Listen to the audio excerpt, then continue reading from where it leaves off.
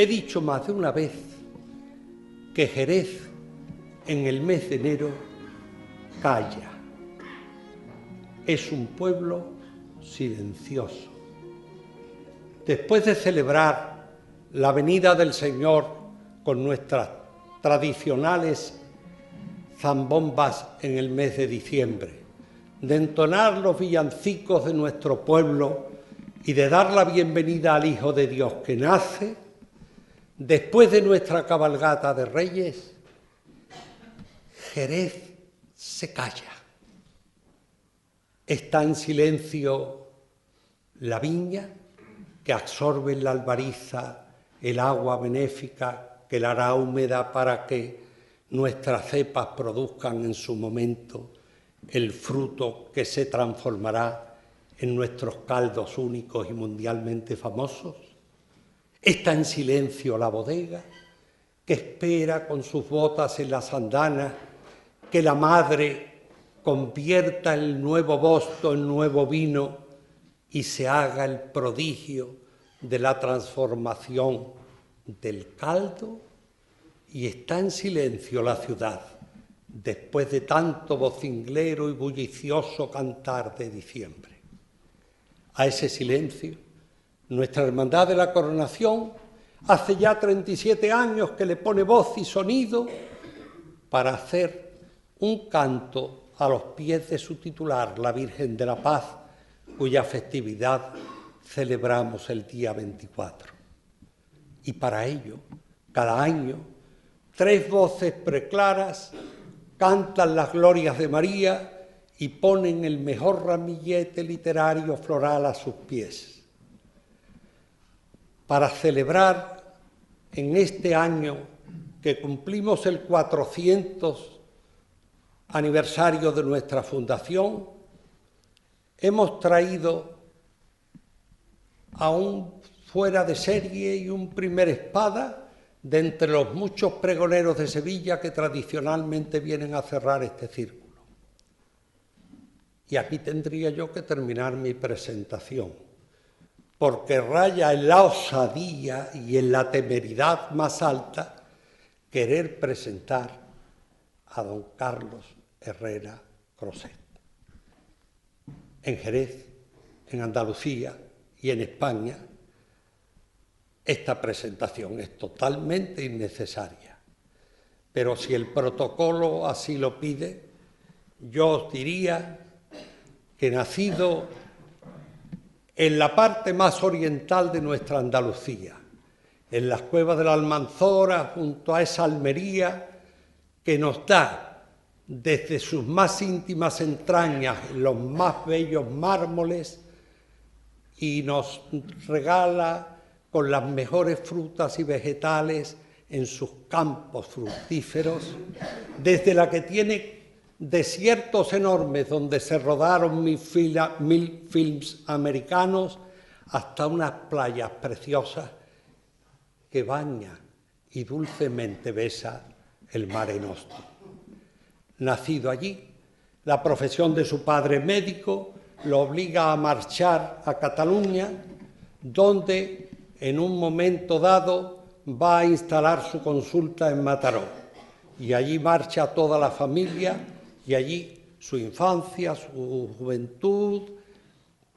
En la Universidad de Barcelona, tras los estudios del bachillerato, se licencia en medicina, siguiendo una tradición familiar, pero su gusanillo interno iba por otros derroteros, y él prefirió tomar cada día el pulso a los miles de españoles que lo escuchan y poner ese audífono en la sociedad y en todo lo que ella va produciendo momento a momento.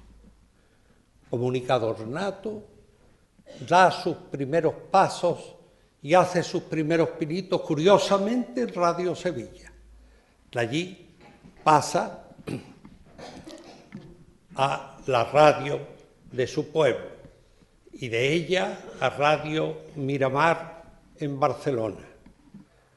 Hace escala en la radio popular, tanto en la emisora de Sevilla como en la de Madrid, pasa a la cadena SER y se une al equipo que con Antonio Herrero configuraba las mañanas de Herrero en la COPE.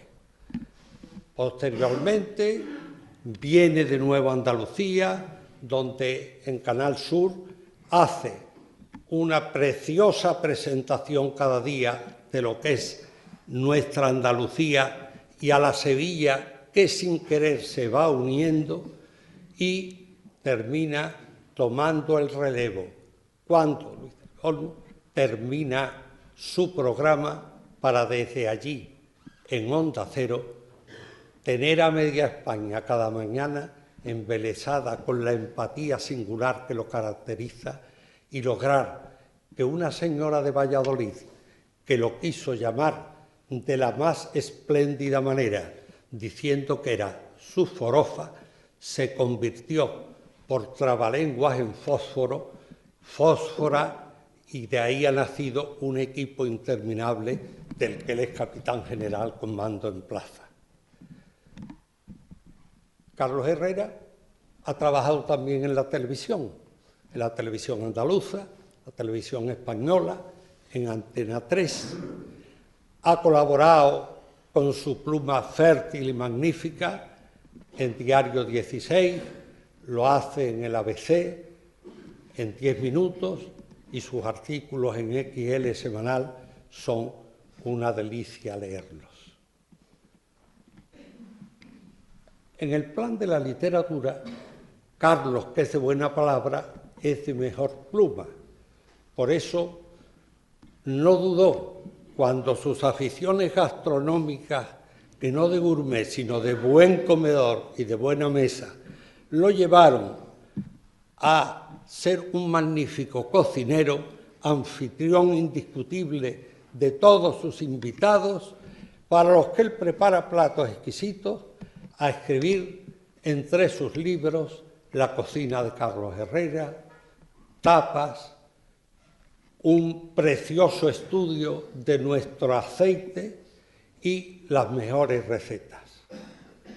Junto a eso, Carlos no se queda en la gastronomía y, por lo tanto, en atención al ejército del que hemos antes hablado, tiene la caja de los fósforos contraatacan, el ejército de los fósforos. Y, como no podía ser menos, en su exquisita sensibilidad, ha escrito la más hermosa biografía en las memorias de nuestra querida actriz sevillana, Carmen Sevilla. Pero su instinto cofrade también habría de votar y rebotar en su pluma, poniendo una magnífica literatura al conjunto de preciosas fotografías de su libro Instantes Cofrades.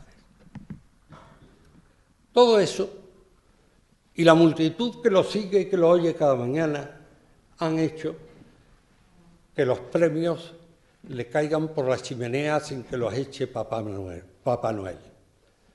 Premio Nacional de Periodismo, tiene 4 premios Ondas, una antena de oro, 2 antenas de plata, es premio Bravo de Periodismo de la Conferencia Episcopal Española, pluma de plata del Club de Escritores, tiene un magnífico conjunto de premios en la literatura, desde el Emilio Castelar al Víctor de la Serna, al Joaquín Romero Murube.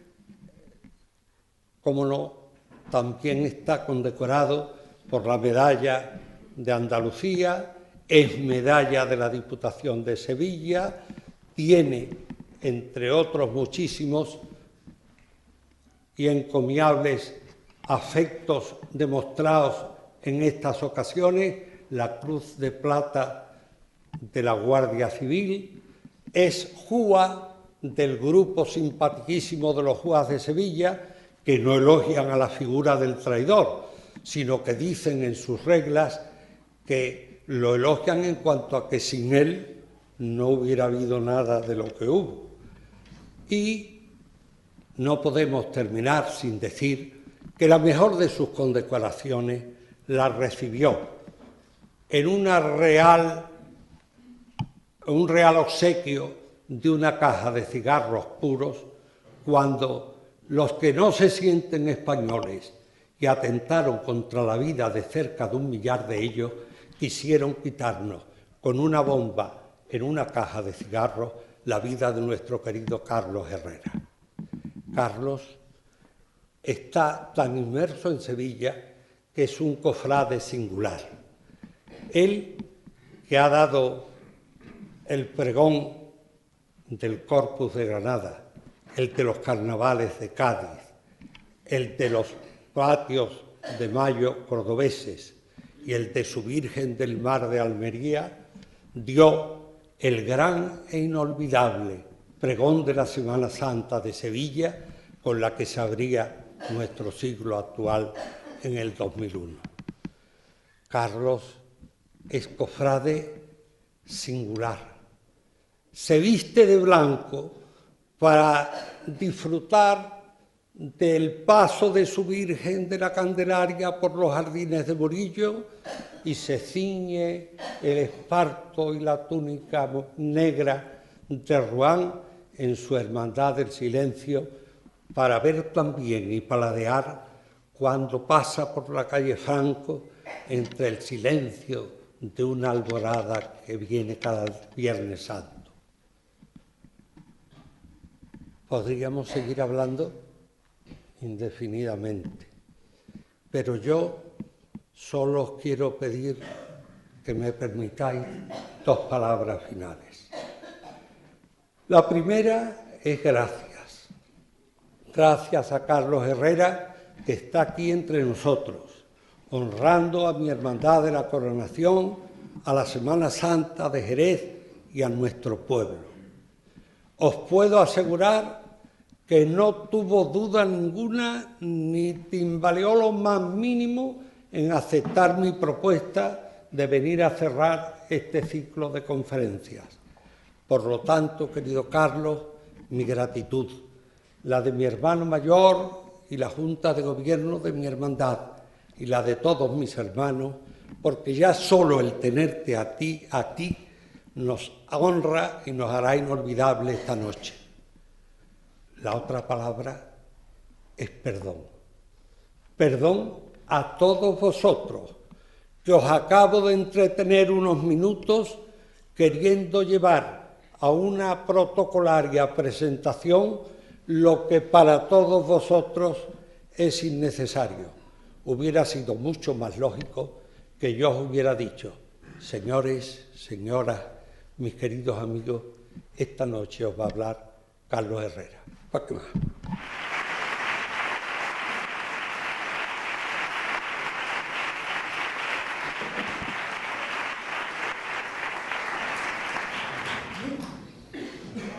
Escuchándote, me doy cuenta de todas las cosas que he hecho. Y por lo tanto, hombre, Pedro, de lo mayor que soy y de lo que he aprovechado el tiempo. Más autoridades diocesanas, municipales, cofrades. Veréis, efectivamente, cuando Fernando me dice que un sábado de enero a las 9 de la noche, que es cuando uno está recogido con el calor de una chimenea, viendo cine de barrio o comprobando cómo han ido las noticias del día con las zapatillas a cuadro, el pantalón del pijama probablemente y el calor de algún puchero silbando en la cocina, dejara todo ello para venirme a hablar de cosas inciertas, porque realmente uno a veces solo hace que darle manotazos a las palabras. Cuando me lo dijo, yo le dije que sí, por varias razones, sustantivas y procesales, si me permiten ustedes, como dice la gente de la ley. Una de ellas por venir a Jerez. Otra de ellas por empezar a tomar cuerpo con la Semana Santa, con ese miércoles de ceniza que ya lo tenemos a la vuelta de la esquina. Y otra de ellas porque luego además nos íbamos a reunir un grupo de amigos muy agradable como el que estamos aquí, en torno a algún vino de esta tierra, además de estas viñas, de este barrio, de estas tierras albarizas, que sirven de acomodo a una hermandad que en este momento con nuestros titulares me abriga unas palabras y que me sirve además de argumento central de algo que yo os podría contar. Mira, ¿qué os voy a contar yo que ustedes no sepáis? ¿Y qué os voy a decir acerca de la paz y de la aflicción? Yo, si queréis, os hago un catálogo de aquellos lugares donde la paz es simplemente una quimera. Si en el mundo somos tantos miles de millones de personas y en una sola comunidad o en un bloque es imposible que alguno no se lleve malamente, ¿cómo en el mundo con intereses geopolíticos, geoestratégicos, geoeconómicos, no van a existir eso que se llama no tanto hostilidades como hostialidades, que en algún momento se traducen en algo más que refriegas? La paz, que está con nosotros y que ahora mismo abraza mis espaldas desde su hermosa saya, el hermoso manto, la corona, esta misma paz de advocación tan propia, por cierto, de todos los pueblos de Andalucía, es una vieja quimera, un viejo sueño que los seres humanos jamás consiguieron al 100%. Porque en un mundo en el que hay petróleo, en el que hay gas, en el que hay territorios estratégicos de paso, de cruce, de importancia tan puntual por la localización exacta, ¿cómo no va a haber gente que se pelee con gente para conseguir precisamente esos valores? Seguramente ustedes no caen en cuántos conflictos ahora mismo hay abiertos en el mundo.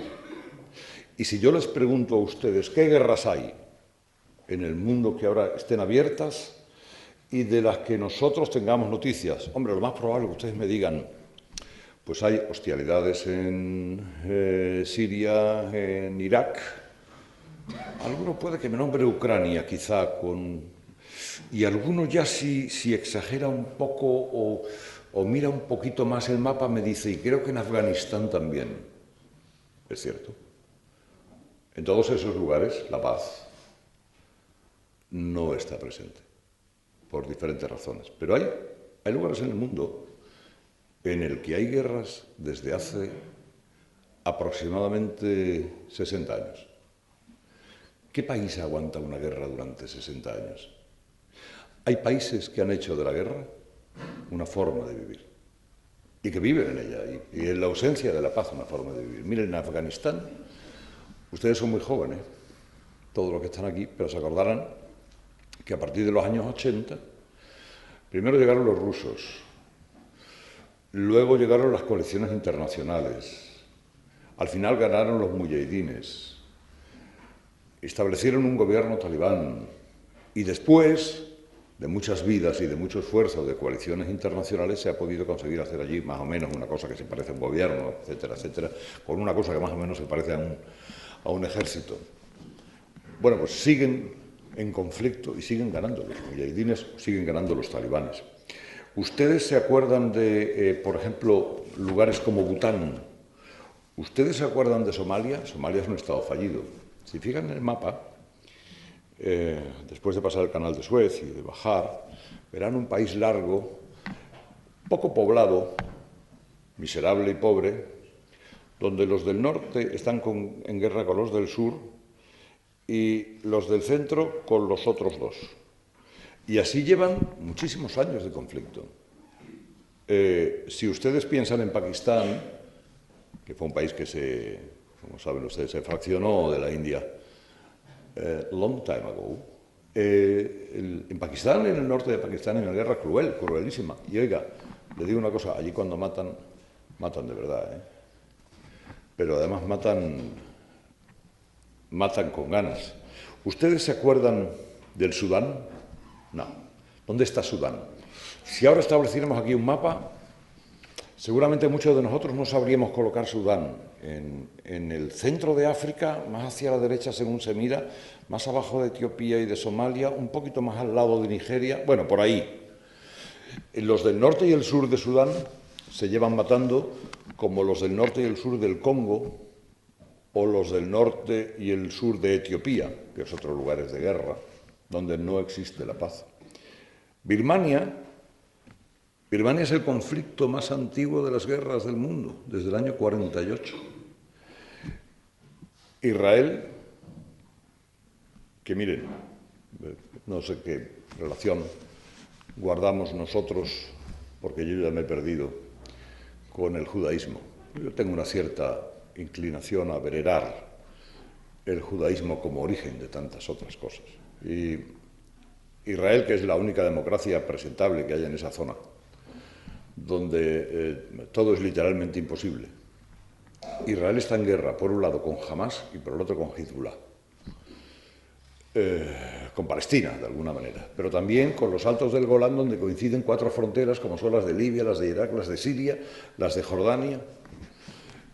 Y estoy seguro que ustedes desde su más tierna infancia recuerdan que en Israel siempre ha habido guerra. No exactamente en el interior de Israel, pero sí en los aledaños.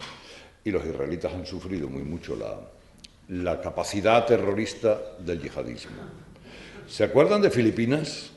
Las insurgencias de Filipinas llevan 40 años aproximadamente. Filipinas es un país imposible. 10.000 millones de islas. Para ir de isla en isla, pues yo no sé qué tienes que hacer. Hay gente que no ha salido de su islote nunca, jamás en la vida. Esos llevan, como los de República Centroafricana, los de Mali o los de Nigeria. Ustedes han oído hablar de Boko Haram, seguramente. Boko Haram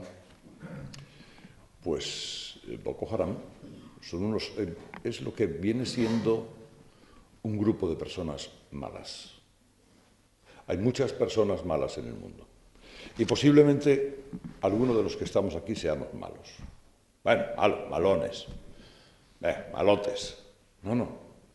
Estamos hablando de personas malas, que secuestran a 50 o 60 niñas, las torturan, las obligan a casarse con depredadores y niñas católicas, por cierto, algunas cristianas simplemente, y ahí siguen, encerradas, y que luego, bueno, pues se dedican a matar gente como...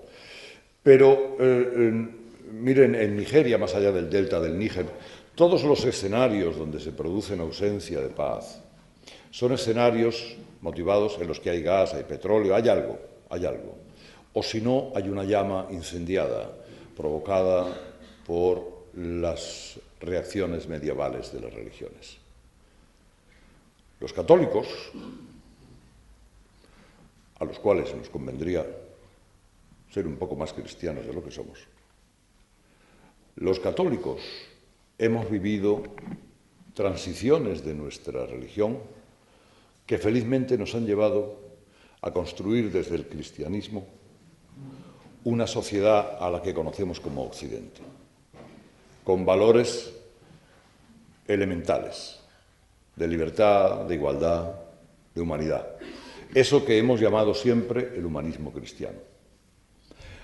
Hay religiones, como la del Islam, que todavía vive en la época medieval. Es decir, todavía está en el tiempo de las Santas Cruzadas. Todavía está en el tiempo en el que no existía la separación entre la Iglesia y el Estado. Y el yihadismo, o ese Islam radical, es ahora mismo el protagonismo de la mayor guerra que hay, la mayor ausencia de paz. Créanme, el conflicto del futuro no es el conflicto de Nigeria, ni lo es el de Filipinas, ni el de Ucrania, ni es el conflicto que puedan tener en el Yemen o en Pakistán. La guerra del futuro es Occidente contra la yihad, Occidente contra el islamismo radical. Y ese es el que nos va a complicar la vida a todos los que estamos aquí. De hecho, ya nos la ha complicado a muchos de nosotros. ¿Qué ocurre cuando una sociedad como la nuestra se enfrenta contra elementos como Al-Qaeda o como el Estado Islámico, que se enfrenta a elementos que son capaces de perder su vida porque nosotros perdamos la nuestra, porque efectivamente creen en un paraíso de ríos de leche y miel con 100.000 vírgenes, si es que alguna vez existieron. Acabó la Guerra Fría, y alguno de ustedes se acordará, porque tiene mi edad. La Guerra Fría suponía que existían dos bloques en el mundo.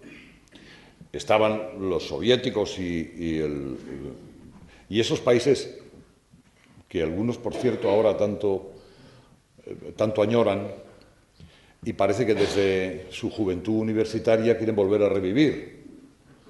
Hay gente que ahora mismo, oiga, en España, hoy mismo, está manoseando viejas ideas que ya eran viejas cuando yo era un niño. Pero bueno, no nos metamos en ese lío. Y estaba el otro lado, el lado norteamericano. Bueno, cuando se acabó la Guerra Fría, y se acabó la Guerra Fría, os recuerdo, porque fracasó el comunismo internacional, el comunismo ha sido solamente capaz de crear dos cosas en el mundo. Una es miseria y la otra es terror.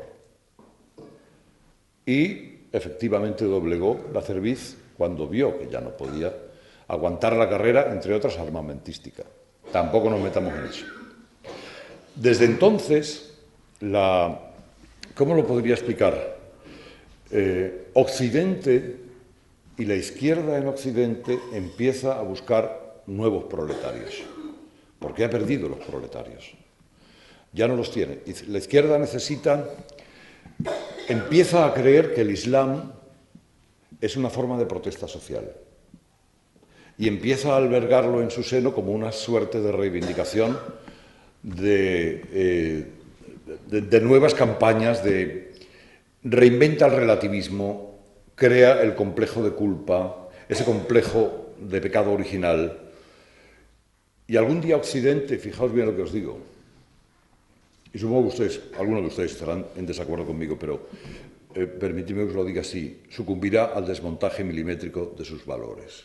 ¿Y cuáles son los valores de Occidente?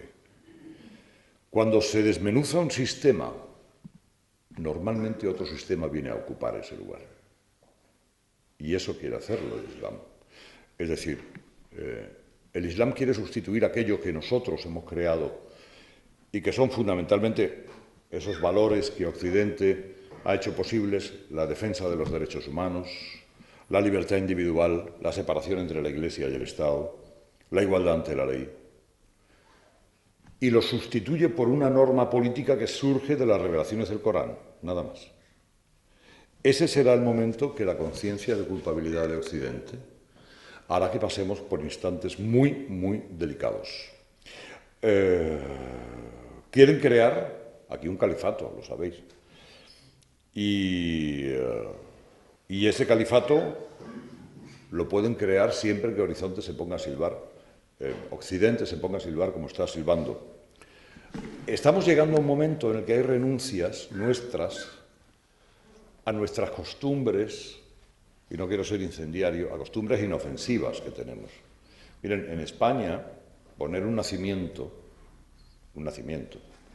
en nuestra casa, en nuestro centro de trabajo, en la escuela, es un hecho religioso, es un hecho cultural, es una tradición, es una sentimentalidad, es una escenografía de un tiempo concreto. Hay quienes consideran que hay que renunciar a poner un nacimiento porque no podamos ofender a otro tipo de sensibilidades. Hace poco, en la Fiscalía General del Estado, una fiscal instaló un pequeño nacimiento que habían confeccionado niños discapacitados que albergaba una fundación, Carmen Valcarce. Y con sus manos habían hecho lo que su corazón quería hacer. Y lo dejó en un pequeño rincón, hasta que entró una fiscal, Pilar Barrero. Siempre digo su nombre porque esas cosas hay que señalarlas. E histérica, presa de furia, subió al despacho del fiscal general del Estado a protestar porque existiera un símbolo religioso en un local público del Estado. Bueno, como el fiscal general del Estado es exactamente igual de idiota que esta, pues dijo que lo retirara. Y como eso, Alcalá de Guadaira, bueno, os pongo un ejemplo, Alcalá de Guadaira, yo escribo mañana de este asunto en el semanal. En un colegio de Alcalá de Guadaira los niños se visten de pastorcito en la función de Navidad que hacen todos los años. Pero un padre, preso de histeria, se niega a que, y además amenaza con denunciar ante instituciones, etcétera, etcétera. Y más tonto es el director del colegio que se lo permite. De tal manera que no puede existir ningún símbolo religioso que pueda recordar que es Navidad. Permite que existan espumillones y algunas guirnalditas, pero, por ejemplo, un árbol de Navidad no puede tener bolas colgadas porque dice que son las bolas del Génesis del árbol del bien y el mal. Y eso ya es religioso. O los niños no pueden ir de angelitos, como mucho pueden ir de palestinos de época. Y las canciones que se canten no pueden hacer referencia a si San José lavaba y la Virgen se peinaba. Tienen que decir qué bonito es el solsticio de invierno que tanto nos consuela a las almas caritativas. Bueno, cuando hay un imbécil, discúlpame, cuando hay un imbécil de esa categoría, el problema no es que exista, el problema es que haya imbéciles que le hagan caso. Pues ha ocurrido en Alcalá. Es decir, que se sacrifican voluntariamente algunas costumbres ciertamente inofensivas. Conozco, y en el colegio en el que han estado mis hijos, niños de padres musulmanes a los que los padres le han dicho: niños, vosotros vestiros de pastorcito y jugar a la Navidad también, porque no pasa nada. Mi hijo se educó 3 años en Escocia, en un colegio del norte de Escocia, donde hacía un frío del carajo y donde se comía muy malamente. Y donde yo pregunté, o mi hijo me preguntó: papá, que no hay ninguna capilla para ir a misa yo de vez en cuando. Digo, bueno, no te preocupes. Digo, mira, es un colegio, efectivamente había lo que había, era una capilla protestante. Y yo le dije, vete los domingos, no te van a enseñar nada mal. ¿Qué te van a enseñar unos cristianos que seguramente lo que van a proclamar es la palabra de Dios? Hombre, no, la liturgia, la simbología, hay determinadas cuestiones que nos separan, pero hay muchas que nos unen a todos los cristianos, católicos y no católicos. Y aquel ejercicio de sincretismo religioso a mi hijo le fue muy bien y no le supuso ningún tipo de dolor. Ahora nosotros estamos en el debate del laicismo. El laicismo, que es una palabra que ha penetrado de una forma rarísima en la sociedad, de tal manera que parece que si no eres laico, eres tonto. Y algunos hablan del laicismo, por cierto, sin acabar de apurar la palabra exactamente en su más estricto sentido literario. Hay que diferenciar entre laicidad y laicismo, que son dos conceptos distintos. Un Estado es aconfesional y además debe de serlo, porque precisamente los Estados que son confesionales suelen tener o suelen poner en marcha una serie de medidas represoras contra la confesión, que no es la oficial, que para qué les cuento. Pero la laicidad, ojo, la laicidad es la separación entre la Iglesia y el Estado. La laicidad es reconocer que, si bien son dos cosas diferentes, un Estado no es indiferente a un hecho religioso y no es indiferente a un hecho religioso mayoritario y además sentido internamente durante tantísimos años por la inmensa mayoría de la población. Es decir, la laicidad positiva o la laicidad sana de la que habló Benedicto en muchas ocasiones es aquello que permite que el ejercicio religioso sea un derecho fundamental que el Estado además no debe mirar con desconfianza. Pero el laicismo no es lo mismo. El laicismo es la exclusión de lo religioso de todos los ámbitos de la sociedad. Lo que os decía de la imbécil de la Fiscalía General del Estado. Perdón, señora. El Estado ni siquiera contempla la enseñanza ni la asistencia religiosa, ni siquiera le da validez a los actos jurídicos que el derecho canónico sí contempla, el matrimonio, por ejemplo. Eso es el laicismo. Y desde luego prohíbe la presencia de símbolos en lugares públicos. Es decir, la laicidad es respeto, el laicismo es hostilidad. Y seguramente si os pregunto en qué estamos ahora, ustedes no me diréis que estamos en la laicidad, estamos en el laicismo. Y es posiblemente nuestro futuro más inmediato con el que tendremos que luchar, todos los que estamos aquí de forma convincente. Y ahora os explico por qué desde mi visión lo tenemos que hacer. Mira, la Semana Santa es un trago de memoria y de vida. La Semana Santa se bebe despacio durante una semana.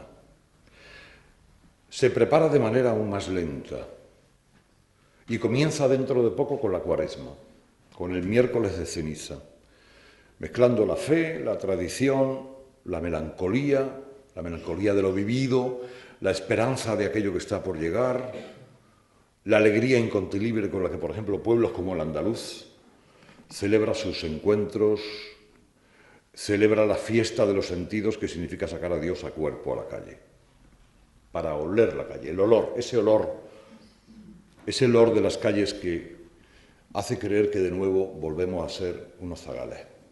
Ese olor, ese sol de primavera, que os acordáis nos traslada a aquellos tiempos en los que la vida transcurría lenta, muy lenta, cuando éramos chiquillos, calmosa, como la singladura de un barco de juguete por los estanques de la infancia.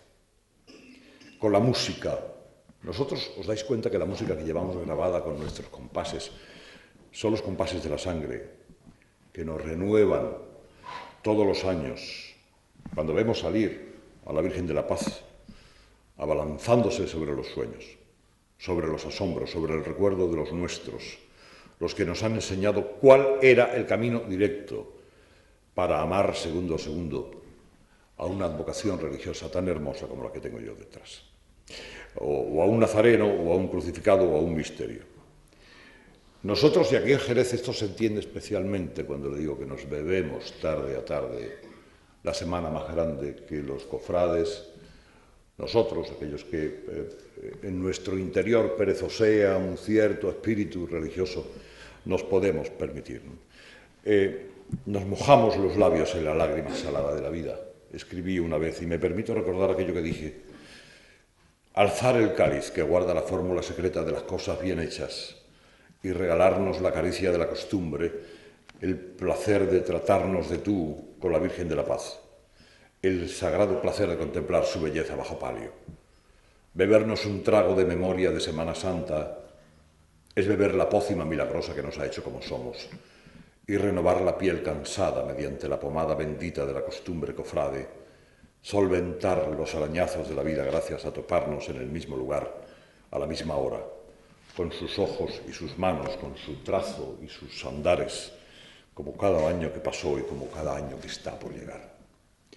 ¿En qué nos diferenciamos los andaluces cuando ponemos en marcha nuestra Semana Santa? En Jerez, en Sevilla, en Almería, en Córdoba, en Granada, en Málaga.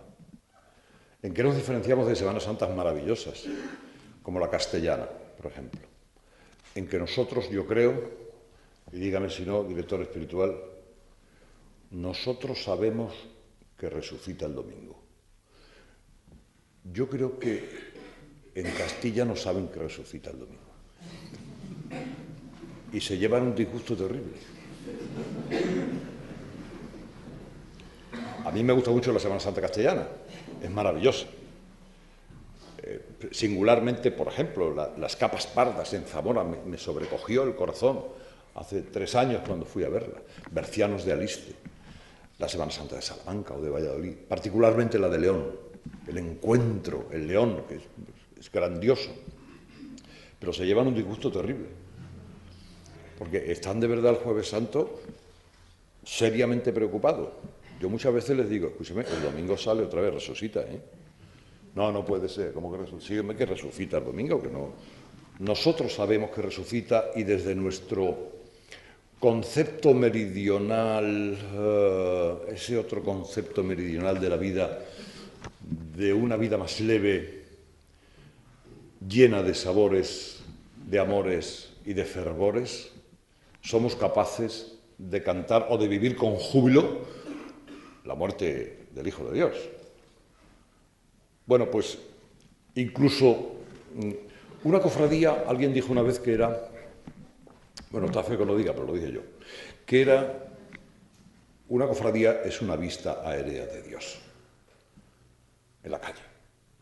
Y en esa vista aérea hay tantas cosas que pasan, tantos momentos para el diálogo del hombre con Dios, callado, tapado por un antifaz, o en la crudeza dolorosa de una saeta, o de un hurra viva, o de un ole, o de unas palmas, o de una emoción, que, oigan, yo de las cosas más divertidas que he escuchado en mi vida las he escuchado en Semana Santa.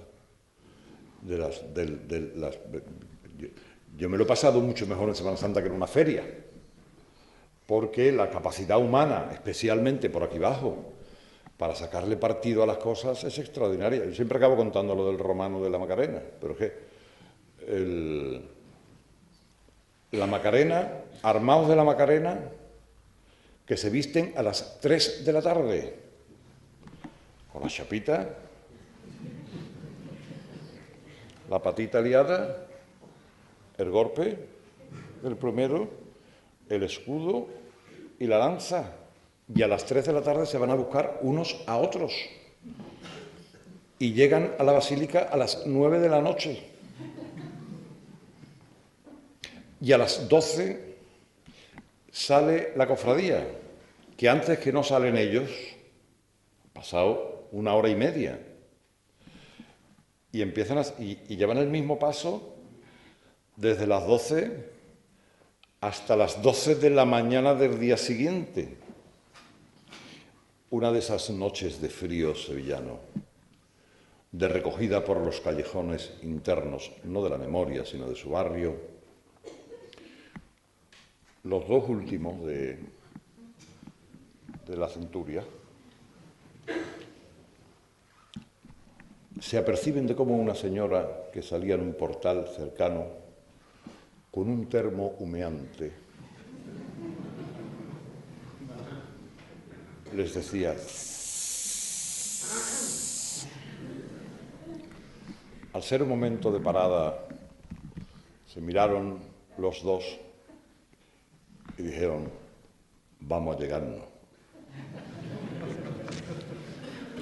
Y se abalanzaron sobre la señora, que les puso 2 tazas de un café caliente en una noche fría de Sevilla, y el primero pudo parar el café a la altura de la mucosa, con lo que solo se desolló parte del labio. Pero el segundo, que se lo había tomado con muchas ganas y se lo tragó entero, se le iba poniendo la pechera colorada a medida que iba bajando el café. El tío doblado con la lanza, saliéndole una parte del hígado por la oreja, lágrimas de sangre por los ojos y apenas pudiendo esbozar un hilo de voz, solo se le ocurrió decirle, señora, qué bueno le ha salido el termo.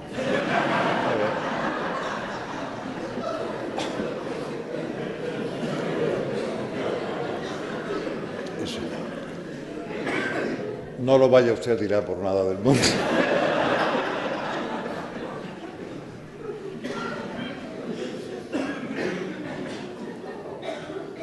Es un Valladolid más difícil. Yendo detrás del paso de San Gonzalo un año, iba yo con la madre de mis hijos embarazada de creo que era la segunda. Y esas cosas de la inconsciencia, yo digo, no te preocupes que aquí se forma bulla, pero no hay mucha pega. Fíjate tú, San Gonzalo yendo a ver a la estrella, lo que puede haber allí. Y aquello empieza a llenarse de gente, de tal manera que al final ya no apoyabas los pies en el suelo. Una marea te llevaba de un lado hacia otro, yo intentando proteger a mi nonato. Yo tenía un japonés detrás, con la cámara colgada, que no es... Vamos, a mí me quitáis la camisa y pone Konica aquí en la espalda tengo grabado Konica todavía, y mi hija tiene 20 años ya. Y en ese momento de agobio, de asfixia, de no poder prácticamente vivir de agonía, uno que estaba 5 cabezas más delante de mí, giró la cabeza como pudo, así, y me dijo: Carlos Herrera, si usted cojones, fírmame un autógrafo.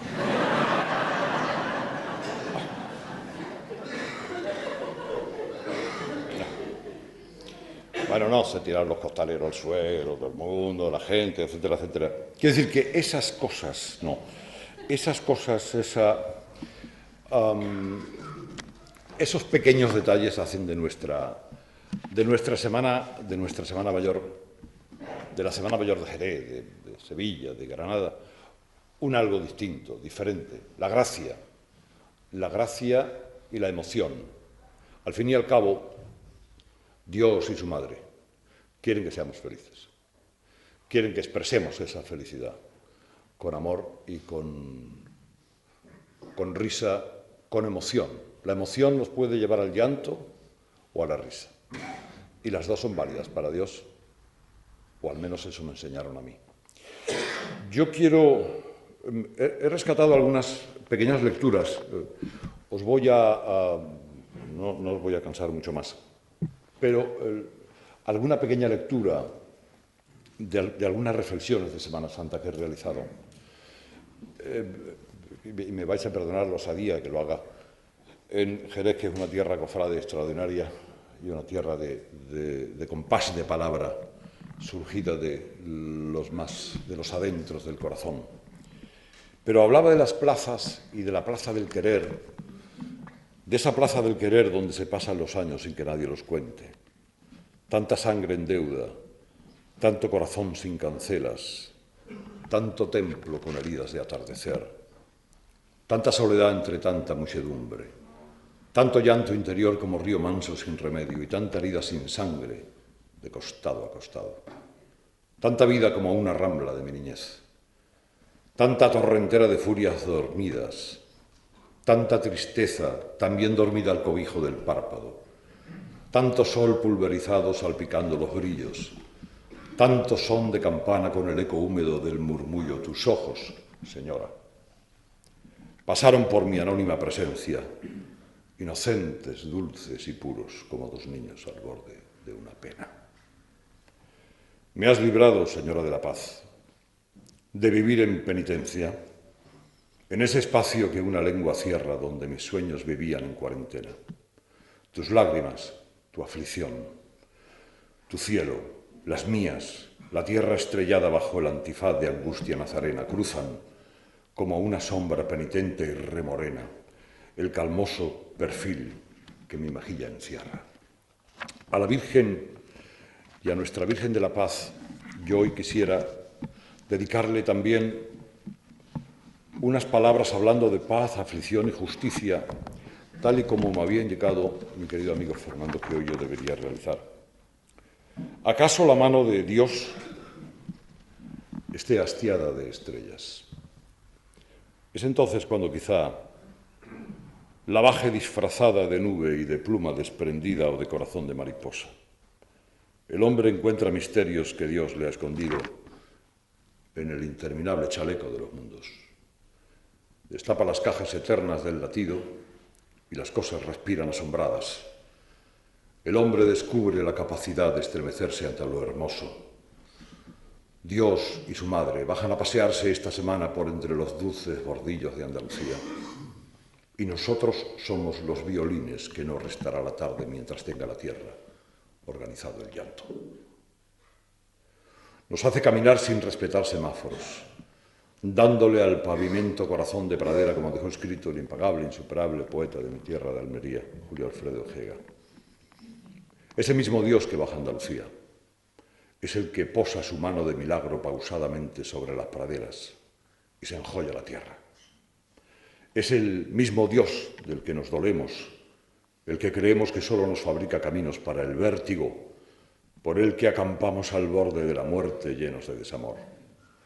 Dios sigue siendo y dando luz cada mañana, repitiendo alondras cada estío, agachándose hasta un niño, repartiéndose secretamente al borde del harapo, acaricia suicidas y rameras, pone su voz en surtidores íntimos, desata su privada angelería y preside la llegada de los besos. Y los hombres, mientras, seguimos inventando pequeños paraísos con la prisa de la sed, orientados solamente por un tirón de equivocada sangre, por interiores potros que han perdido el seguro camino de la estrella. Somos los hombres los que estamos aquí, que solo sacamos a Cristo una semana a la calle, olvidando el resto del tiempo que Dios está esperando con las lágrimas en el rostro que lo llevemos hasta allá donde no está. Hay que sacar a Dios a la calle, llevarlo a las tabernas, a que se acode en sus fondos de atardecer y se beba lentamente el espíritu de Jerez. Hay que llevarlo a donde sea más insospechado que esté, a los barrios fronterizos, a las movidas, a los portales donde dormitan los sin techo, a la sangre de los que mueren día a día envenenados por caballos desbocados. No hay que llevar a Dios a los conventos porque Él está ahí calentito desde antes de antes. Hay que coger el mensaje de Cristo, el mensaje de la justicia y de la libertad y llevarlo a quienes no han conocido ni lo uno ni lo otro, porque ya no se cristianiza necesariamente solo con el hisopo. Dios está en los bisturís, en los ladrillos, en los libros, en los vinos, en la albariza, en la mano tendida de aquellos que viven encogidos con los márgenes de lo social. Y es el Dios al que vamos a sacar con su madre a la intemperie esta semana. Virgen de la Paz, tú conoces a los malditos de este mundo, a los de España, a los de Jerez. Tú conoces a los que les queda corto el pan y la camisa, a los que habitan en las arrugas de la tierra, a los que la arañan con sus manos apagadas de encinas, a los que le roban el mar con su moneda violenta. Tú, Señora de la Paz, conoces a los que van maldiciendo al invierno y a la noche y se cobijan dentro de los ojos de un perro. Tú conoces a los tullidos, a los místicos, los pícaros, los solos, los que encienden las hogueras y preparan navajas, a los que no han conseguido pasaporte de amor. Por eso hoy y aquí, y a esta hora, en estas palabras que generosamente me habéis permitido brindaros, te pido, Señora, que les llames por su nombre, que les des la paz y que les des la justicia. Feliz Semana Santa. Gracias.